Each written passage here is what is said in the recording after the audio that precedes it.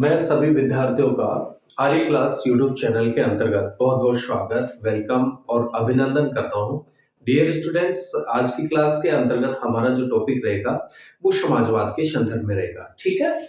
और जो समाजवाद है, समाजवाद देखिए, ध्यान दीजिए, प्रमुख रूप से जो है कि समाजवाद समाजवाद जो है एक आर्थिक सामाजिक समाजवाद एक आर्थिक सामाजिक व राजनीतिक जो है सिद्धांत है। आर्थिक सामाजिक व राजनीतिक क्या है? सिद्धांत है, जिसके अनुसार समाज में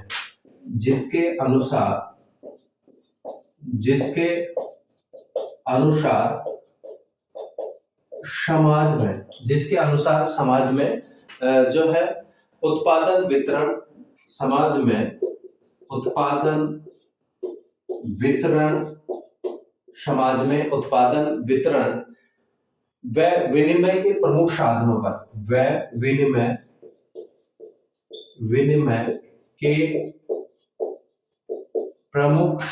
पर विनिमय के प्रमुख साधनों पर जो है ये सार्वजनिक स्वामित्व साधनों पर सार्वजनिक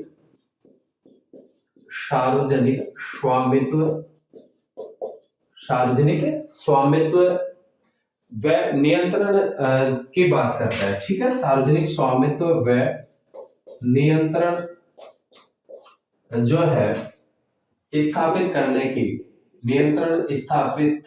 जो है करने की बात करता है, ठीक है। या इसके अनुसार नियंत्रण स्थापित होना चाहिए, इस बात को मान करके चलते हैं, ठीक है। समाजवाद एक आर्थिक सामाजिक राजनीतिक सिद्धांत है, जिसके अनुसार समाज में उत्पादन वितरण व विनिमय के प्रमुख साधनों पर सार्वजनिक स्वामित्व नियंत्रण स्थापित होना चाहिए, ऐसा इनका मानना है, ठीक है। यानी समाजीकरण व राष्ट्रीयकरण की जो है इसके अंतर्गत क्या की जाती है, बात की जाती है, ठीक है। डियर स्टूडेंट्स और प्यारे साथियों, पहले तो आपको सर्वप्रथम ये ध्यान रखना है कि समाजवाद एक ऐसी विचारधारा है, एक ऐसी आइडियोलॉजी है जो मोस्टली रूप में एक आर्थिक सामाजिक राजनीतिक सिद्धांत है, जिसके अनुसार समाज में उत्पादन वितरण व विनिमय के प्रमुख साधनों पर सार्वजनिक स्वामित्व नियंत्रण स्थापित होना चाहिए। यानी ये समाजीकरण और राष्ट्रीयकरण की क्या करते हैं, बात करते हैं, ठीक है। इसके अलावा जो है यह सिद्धांत व्यक्तिवाद तथा पूंजीवाद का खंडन करता है। ध्यान रखना, ये जो सिद्धांत है, यह सिद्धांत व्यक्तिवाद व पूंजीवाद का क्या करता है, खंडन करता है, ठीक है। इसका क्या करता है, खंडन करता है, यानी इसका क्या करता है, विरोध करता है। प्रमुख रूप से जो है व्यक्तिवाद और पूंजीवाद का जो विरोध करने वाली क्या है, ये विचारधारा है। इसके अलावा समाजवाद के अंतर्गत वितरण का जो नियम है, प्रत्येक से अपनी क्षमता के अनुसार और प्रत्येक को अपनी आवश्यकता के अनुसार को जो है इसमें अपनाया जाता है। अब हम बात करेंगे समाजवाद की परिभाषाओं के संदर्भ में, ठीक है। इसकी जो परिभाषा है, जो विभिन्न विद्वानों ने जो है इसको परिभाषित किया है, परिभाषाएं दी हैं, जिसमें मोस्टली जो परिभाषाएं हैं, एक तो CEM जोड़ के अनुसार, ध्यान रखना, CEM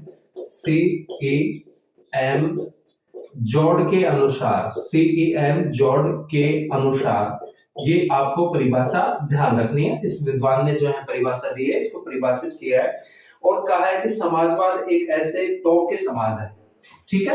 समाजवाद एक ऐसे टॉप या टॉपिक के समान है, एक ऐसे टॉप के समान है। ध्यान रखना कि CEM जोड़ने का है समाजवाद के संदर्भ में कि समाजवाद एक ऐसे टॉप के समान है या टॉपिक के समान है, जिसकी शकल अत्यधिक धारण किए जाने के कारण बिगड़ गई है, शकल अत्यधिक धारण किए जाने के कारण से बिगड़ गई है, अत्यधिक धारण किए जाने से जो है किए जाने से बिगड़ गई है। ठीक है, ये इनकी जो है परिभाषा है सीएम जोड़ के अनुसार। इसके अलावा जो है सिडनी वेब के अनुसार हम बात करें, नेक्स्ट जो परिभाषा है सिडनी वेब। ठीक है, सिडनी वेब के अनुसार, सिडनी वेब के अनुसार, इनके अनुसार जो है कि जो है लोकतंत्रात्मक विचार का आर्थिक पक्षी समाजवाद है। लोकतंत्रात्मक लोकतंत्रात्मक विचार का लोकतंत्रात्मक विचार का आर्थिक पक्ष ही जो है समाजवाद है। आर्थिक पक्ष ही क्या है?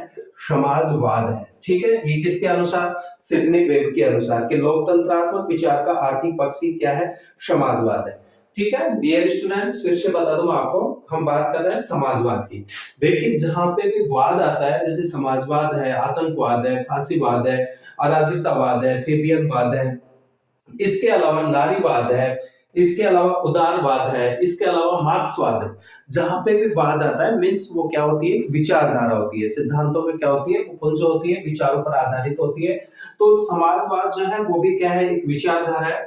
और मोस्टली रूप में जो समाजवाद है कि समाजवाद एक आर्थिक, सामाजिक, राजनीतिक सिद्धांत है जिसके अनुसार समाज में उत्पादन, वितरण और विनिमय के प्रमुख साधनों पर सार्वजनिक स्वामित्व और नियंत्रण स्थापित करने की क्या करते हैं? बात करते हैं। और ये जो सिद्धांत है व्यक्तिवाद और पूंजीवाद का प्रबल क्या है? विरोधी है, उसका क्या करता है? खंडन करता है। इसकी परिभाषा में देखें तो सीईएम जोड़ ने कहा है कि समाजवाद एक ऐसे टॉपिक या टॉप के समान है टॉपिक के समान है जिसको अत्यधिक धारण किए जाने के कारण से उसकी शकल बिगड़ गई है। ठीक है, सिडनी वेब ने कहा है कि लोकतंत्रात्मक विचार का आर्थिक पक्ष ही क्या है? समाजवाद है। इसके बाद में डियर स्टूडेंट्स ध्यान रखना कि समाजवाद जो है वो अंग्रेजी भाषा के जो है सोशलिज्म, ठीक है, उसका जो है पर्याय है, या ये कहें कि इसका हिंदी अनुवाद है। ध्यान रखना कि सोशलिज्म शब्द का हिंदी पर्यायवाची है। ठीक है, सोशलिज्म शब्द का क्या है? हिंदी पर्यायवाची है। हिंदी पर्यायवाची है। हिंदी क्या है? पर्यायवाची है। और ये जो है मोस्टली रूप में इस शब्द की जो उत्पत्ति हुई है वो सोशियस शब्द से हुई है। ठीक है, इस शब्द की उत्पत्ति जो है सोशियस शब्द से, इसकी उत्पत्ति की बात करें तो जो है सोशियस शब्द से हुई है। कौन से शब्द से हुई है? सोशियस शब्द से हुई है। इस शब्द से इसकी उत्पत्ति हुई है। और इसका जो अर्थ होता है, सोशियस शब्द का जो अर्थ होता है वो क्या होता है? वो समाज होता है। क्या होता है? समाज। ठीक है, ये शब्द उत्पत्ति के आधार पर इसका अर्थ है, इसका अर्थ होता है समाज। जैसे प्रोदो कहते हैं कि सभी प्रकार की संपत्ति क्या है? चोरी है, प्रोदो ने कहा है। इसके अलावा जॉर्ज बर्नदेसा के अनुसार समाजवाद आय की असमानता के अतिरिक्त और कुछ भी नहीं है। इमाइल ने कहा है कि समाजवाद का अभिप्राय श्रमिकों के ऐसे संगठन से है जिसका उद्देश्य पूंजीवादी संपत्ति को सामाजिक संपत्ति में परिवर्तित करने के लिए राजनीतिक शक्ति क्या करना है? प्राप्त करना है। उसके बाद में हम बात करते हैं समाजवाद के मूल तत्व। समाजवाद के मूल तत्व।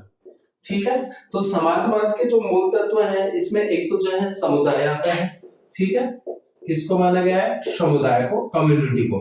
और जो समुदाय है कि इनके अनुसार समुदाय व्यक्ति से प्राथमिक है और समुदाय के कारण ही व्यक्ति का व्यवहार स्वार्थी और लालची हो गया है।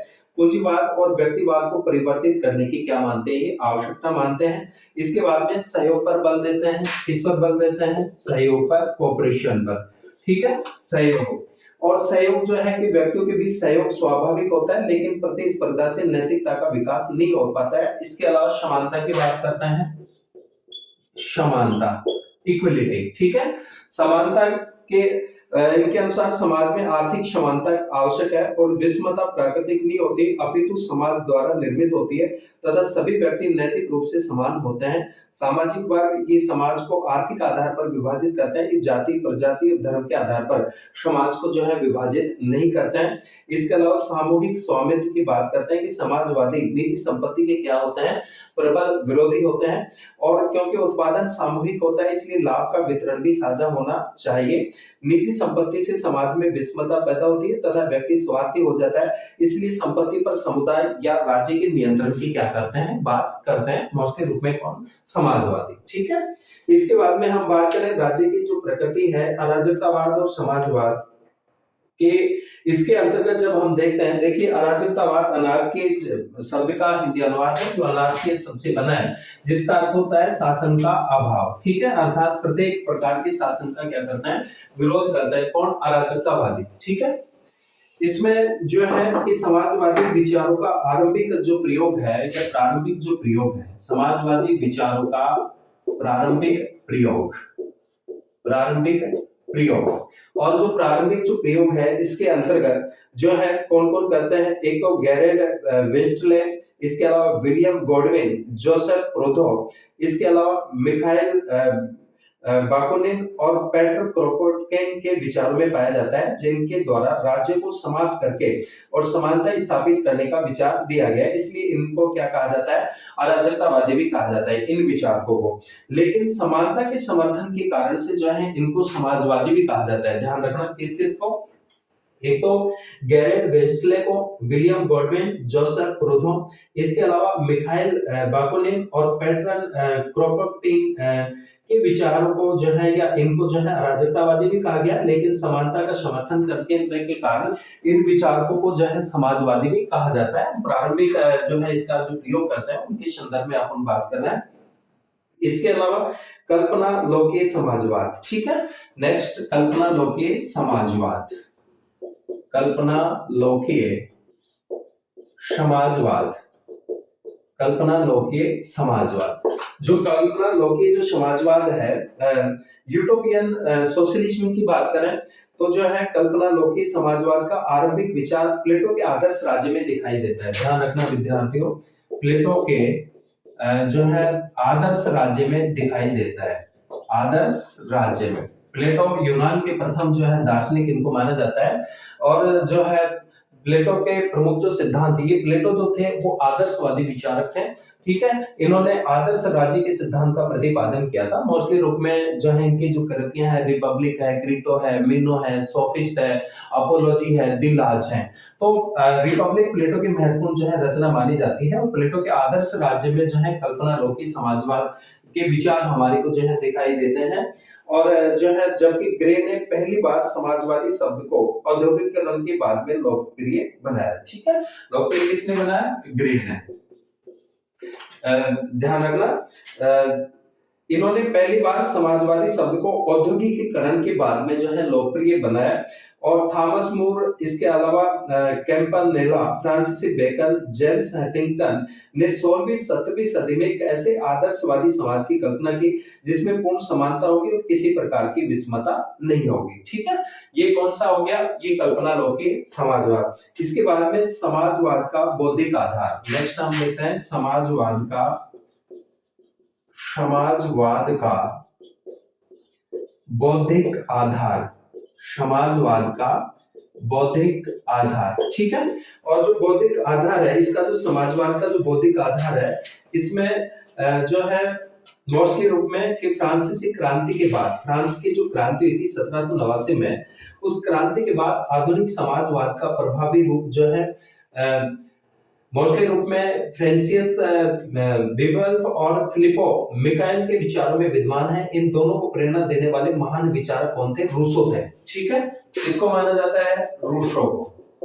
और रूसो जो है सामाजिक संवेदनावादी विचारक हैं। जैसा डियर स्टूडेंट्स आप जानते हैं कि राज्य की उत्पत्ति का जो सामाजिक संवेदनावादी जो सिद्धांत है, समझौतावादी सिद्धांत है, उसके मोस्टली 3 विचारक हैं, हॉब्स, लॉक और रूसो। ठीक है, तो जो है प्रेरणा देने वाले विचारक रूसो थे, जिन्होंने आधुनिक औद्योगिक समाज की कड़ी आलोचना की और इसे विषमता पैदा करने वाला माना। इसके बाद में आरंभिक जो समाजवादी है, आरंभिक समाजवादियों को भी कल्पना लोकीय समाजवाद कहा जाता है। कौन से समाजवादियों को, प्रारंभिक या आरंभिक समाजवादियों को। आरंभिक समाजवादियों को कौन सा, कल्पनादर्शी समाजवाद उसको कहा जाता है, क्योंकि मार्क्स ने कम्युनिस्ट मैनिफेस्टो में इनको कल्पना लोकीय समाजवादी कहा। समाजवाद जिसे आप जानते हैं वैज्ञानिक समाजवाद के प्रणेता के नाम से किसको जाना जाता है, कार्ल मार्क्स को जाना जाता है, क्योंकि कार्ल मार्क्स ने एक वैज्ञानिक की भांति जो है इसका अध्ययन किया और समाजवाद को वास्तविक धरातल पर लाने का जो कार्य किया गया वो किसके द्वारा किया गया, कार्ल मार्क्स के द्वारा किया गया। इसलिए कार्ल मार्क्स को वैज्ञानिक समाजवाद के प्रणेता के नाम से जो है जाना जाता है। ठीक है, तो जो है इनके अनुसार जो है औद्योगिक व्यवस्था को मानवीय तार्किक वैज्ञानिक व्यवस्था को धार्मिक आधार पर संचालित होना चाहिए। लाभ और प्रतिस्पर्धा जैसे विचारों को हतोत्साहित करने की आवश्यकता है और इन्होंने निजी संपत्ति को समाप्त करने का क्या किया, समर्थन किया। इसके अलावा बात करते हैं रॉबर्ट ओवन की। ठीक है, रॉबर्ट ओवन जो समाजवादी हैं, रॉबर्ट ओवन, रॉबर्ट ओवन। तो रॉबर्ट जो ओवन है इन्हें ब्रिटेन के समाजवाद का पिता माना जाता है। ध्यान रखना, रॉबर्ट ओवन को कहां का, ब्रिटेन का समाजवाद का पिता।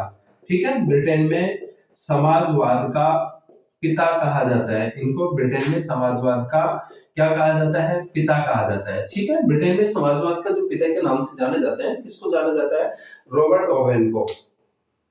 और इन्होंने अपने एक निबंध लिखा जो है जिसका नाम था a new view of society में एक आदर्श समाज का विचार दिया जिसमें दूसरे के हितों का ध्यान दिया जाएगा और सभी को शिक्षा और स्वास्थ्य की सुविधाएं प्राप्त होगी तथा उद्योग लाभ के लिए संचालित नहीं होंगे। उनके अनुसार वर्तमान समाज स्वार्थ, अज्ञानता, घृणा और वैमनस्यता से भरा हुआ है। उसके बाद में नेक्स्ट समाजवादी आते हैं चार्ल्स फोरियर। ठीक है, नेक्स्ट चार्ल्स फोरियर।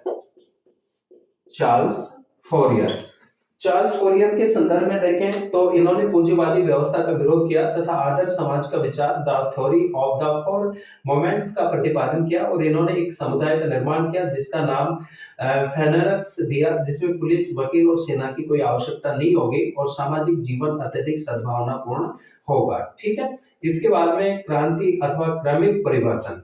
आगे हम बात करते हैं क्रांति अथवा क्रमिक परिवर्तन समाजवाद में। जो है विशेष रूप से आपको ये महत्वपूर्ण बातें हैं समाजवाद के संदर्भ में जो है प्रिय विद्यार्थियों और साथियों, निश्चित रूप में जो है ये क्लास हमारे लिए जो है उपयोगी साबित होगी। इसके बाद में हम बात कर रहे हैं क्रांति तथा क्रमिक परिवर्तन। क्रांति अथवा क्रमिक परिवर्तन, क्रांति अथवा क्रमिक परिवर्तन, क्रांति अथवा क्रमिक परिवर्तन। ठीक है, इसके अंतर्गत क्या है कि मार्क्स के द्वारा समाजवादी उद्देश्यों की प्राप्ति के लिए क्रांति का समर्थन किया गया। किसने किया, कार्ल मार्क्स ने। ठीक है, कार्ल मार्क्स के द्वारा जो है क्रांति का प्रबल रूप से क्या किया गया, समर्थन किया गया और मार्क्स ने जो है प्रेरणास्पद जो है प्रेरित करने के लिए श्रमिकों से आह्वान भी किया कि दुनिया के श्रमिकों तुम एक हो जाओ, पाने के लिए पूरा जहां है और खोने के लिए तुम्हारे पास क्या है, बेड़िया है। ठीक है, तो मार्क्स के विचारों से प्रभावित होकर के जो है रूस में प्रथम साम्यवादी क्रांति होती है 1917 में, जिसको प्रथम बोल्शेविक क्रांति, अक्टूबर क्रांति के नाम से भी जो है उसको मोस्टली रूप में जाना जाता है, प्रथम साम्यवादी क्रांति भी बोलते हैं। जबकि फर्डिनांड लॉसले ने कहा कि राज्य के द्वारा समाजवाद की प्राप्ति संभव है और राज्य के द्वारा मानवीय स्वतंत्रता और सर्वहारा वर्ग का उत्थान भी किया जा सकता है। जर्मनी के ही विचारक एडवर्ड बर्नस्टीन ने मार्क्स की मूल मान्यताओं पर सवाल उठाए। इनके अनुसार मार्क्स का विचार नियतिवाद है और मानवीय स्वतंत्रता को सीमित कर रहा है। पूंजीवाद के विकास के साथ सर्वहारा वर्ग की स्थिति खराब होने के बजाय बेहतर हो रही है। ठीक है, उसके बाद में हम बात करते हैं मार्क्सवादी और विकासवादी समाज में अंतर। ठीक है, मार्क्सवादी व विकासवादी, मार्क्सवादी व विकासवादी समाजवाद में अंतर। मार्क्सवादी और विकासवादी समाजवाद में अंतर इसमें क्या है, जैसे कि विकासवादी समाजवाद लोकतांत्रिक समाजवाद, नैतिक समाजवाद है, जबकि साम्यवाद कैसा है, वैज्ञानिक समाजवाद है। इसके अलावा लोकतांत्रिक समाजवाद संशोधनवादी है, जबकि मार्क्सवादी समाजवाद कैसा है, रूढ़िवादी है। और लोकतांत्रिक समाजवाद का विश्वास क्रमिक सुधार में है, जबकि मार्क्सवाद में वर्ग विहीन राज्य विहीन समाज की स्थापना क्रांतिकारी माध्यम से करने का क्या हुआ है, निर्धारण हुआ है। ये मोस्टली रूप में आपको जो है अंतर ध्यान रखना है कि मार्क्सवादी और विकासवादी समाजवाद में मोस्टली अंतर क्या है। इसके अलावा जो है विकासवादी समाजवादी समान वितरण की समर्थक हैं, जबकि साम्यवादी उत्पादन के सामूहिक स्वामित्व में विश्वास रखते हैं। और जो है विकासवादी समाजवादी समाज में वर्ग संघर्षों का समाधान चाहते हैं, जबकि साम्यवादी वर्ग विहीन राज्य विहीन समाजवाद के क्या है, समर्थक हैं। लोकतांत्रिक समाजवादी मिश्रित अर्थव्यवस्था चाहते हैं, जबकि साम्यवादी पूर्णतः राज्य द्वारा नियंत्रित अर्थव्यवस्था के समर्थक हैं। और विकासवादी समाजवादी आर्थिक प्रबंध को महत्वपूर्ण मानते हैं, जबकि साम्यवादी केंद्रीय नियोजन को क्या देते हैं, महत्व देते हैं। इसके अलावा विकासवादी समाजवादी लोकतांत्रिक संसदीय व्यवस्था को प्राथमिकता देते हैं, जबकि साम्यवादी सर्वहारा वर्ग के अधिनायक तंत्र को क्या करते हैं, स्वीकार करते हैं। सामाजिक लोकतंत्रवादी राजनीतिक बहुलवाद को मानते हैं, जबकि साम्यवादी सर्वहारा वर्ग के अधिनायक तत्व या एक दलीय शासन को क्या देते हैं, महत्व देते हैं। तो डियर स्टूडेंट्स, ये प्रमुख रूप में जो है मार्क्सवादी व विकासवादी समाजवाद में जो है क्या है, अंतर है। ठीक है, ये आपको ध्यान रखना है कि आधुनिक समाजवाद ये कहें कि समाजवाद जो विकासवादी जो समाजवाद है और मार्क्सवादी समाजवाद में अंतर क्या क्या है। ठीक है, इसके बाद में हम बात करते हैं फेबियन समाजवाद। नेक्स्ट,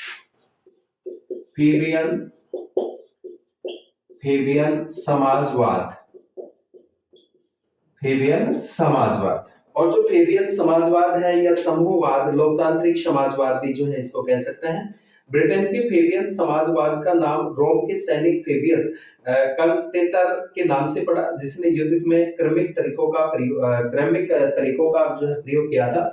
और इंग्लैंड के फेबियन समाजवादियों में Bernard Shaw, H G. Wells, Annie Besant, Graham Wallas और रिचर्ड टोनी जो है मोस्टली रूप में क्या थे, शामिल थे।